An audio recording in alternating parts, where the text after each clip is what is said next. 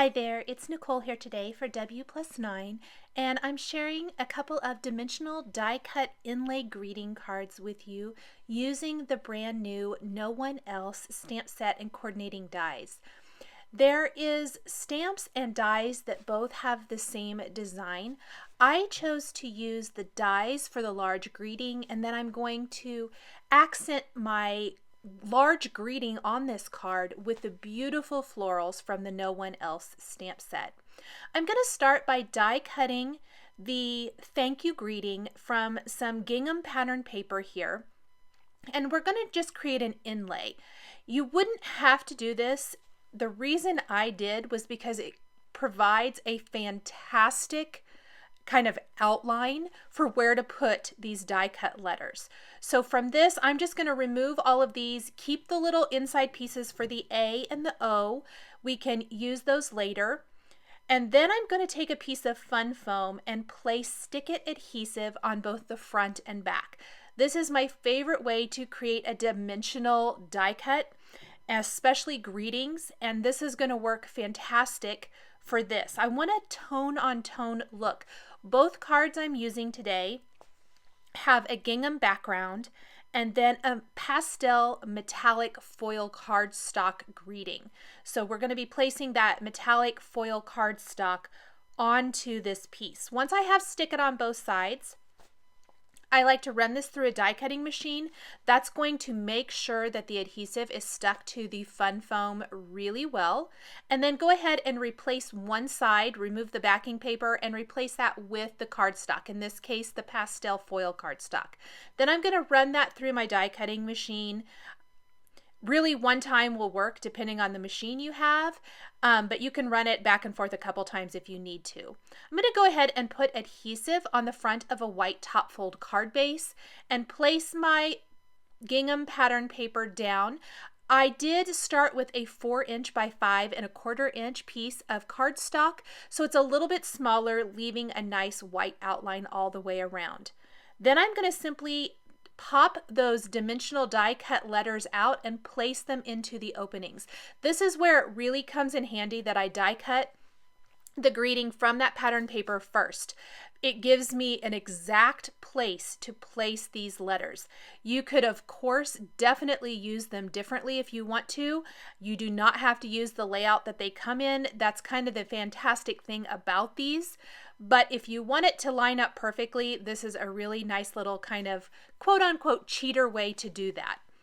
I love these metallic cardstocks as well. The pastel colors work really great. I think they're very spring feeling, which is definitely the look I was going for here.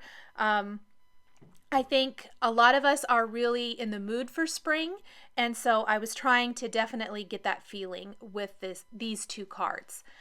I replaced that little inside piece of the O and the A with the pattern paper that I die cut originally, and that just gives a nice seamless design.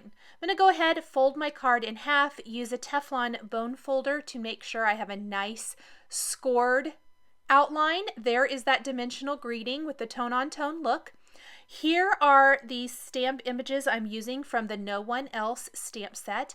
The outline leaf images I'm stamping with a black ink for Copic coloring, and then any of the solid flowers or leaves I am going to be stamping with some beautiful pastel dye inks.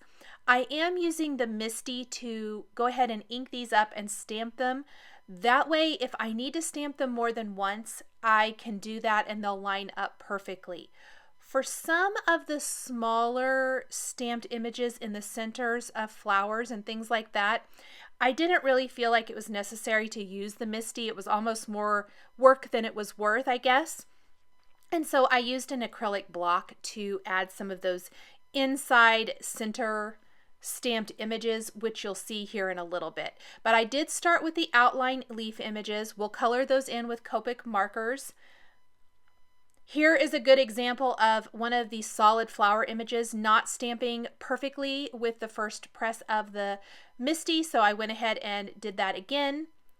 I did try starting, especially this largest flower, you can use the MINTY, But I found that it was almost, like I said, more work than it was worth, and so I just used an acrylic block for the centers of most of those flowers. I'm using an assortment of dye inks in pastel pinks, peach, kind of a darker peach color, yellows, mint, aqua, all of those great springy springtime pastel colors.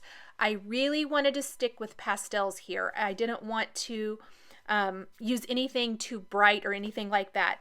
Especially with those gingham pattern papers I'm using, I wanted everything to coordinate really well.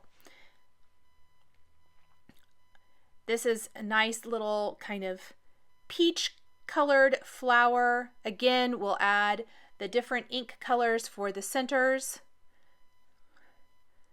So a nice light yellow. Dye inks are going to stamp a little bit darker, and then as the ink dries, you can even start seeing it there in the pink flower, that as the ink absorbs into the paper and dries, it lightens a little bit so it won't be quite as deep and dark. The leaves were stamped with a nice light green color. I purposely picked a lighter green, not something that was too grass green, so that it was a little bit more along the lines of pastels. So I'm just cleaning these as I go so I don't kind of cross-contaminate any of the colors. Both cards feature the same exact flowers. With the first one, I really kind of started out with just a few flowers and built from there. For the second card, it was really easy to copy what I did on the first one and go ahead and stamp those all exactly the same, color in the leaves exactly the same, and then die cut everything. And it went a lot quicker with the second card. So if you wanted to make a whole set of maybe thank you cards or something like that, you could definitely do that very easily. In fact, for the second card, I stamped all of the light pink at the same time, then all of the peach color at the same time, all of the yellow, and then I went and did all of the flower centers that were the same at the same time. That way I wasn't constantly having to clean and switch out my stamps. The leaves are colored with one of my current favorite Copic marker combinations, G00, 02, and 17. This is a really awesome kind of minty green color combination, and I think it coordinates really beautifully with the pastel feeling that we're trying to get here with this particular card. So I definitely wanted that to coordinate really nicely and not kind of contrast too much. I have the more traditional green leaves with those light green solid stamped leaves, just there's not a ton of them in this card. Went ahead and die cut those. These are all already mostly attached to the card. Some of the flowers are adhered with foam adhesive squares. The leaves are all glued directly to the card base itself. I like the combination of some having dimension and some not, especially with that dimensional die cut inlay greeting. They kind of frame it up really nicely. The stamped greeting down below is also from the No One Else stamp set, stamped on a piece of smooth white cardstock, trimmed into a thin strip, and then adhered to the card with some foam adhesive squares. And then I'm going to just tuck a few additional flowers down here below. Kind of helps give that whole visual triangle look. The only thing, I need to add another flower, kind of finish that all off really nice so it frames up the greeting and then those flowers down below. There's another little flower tucked there.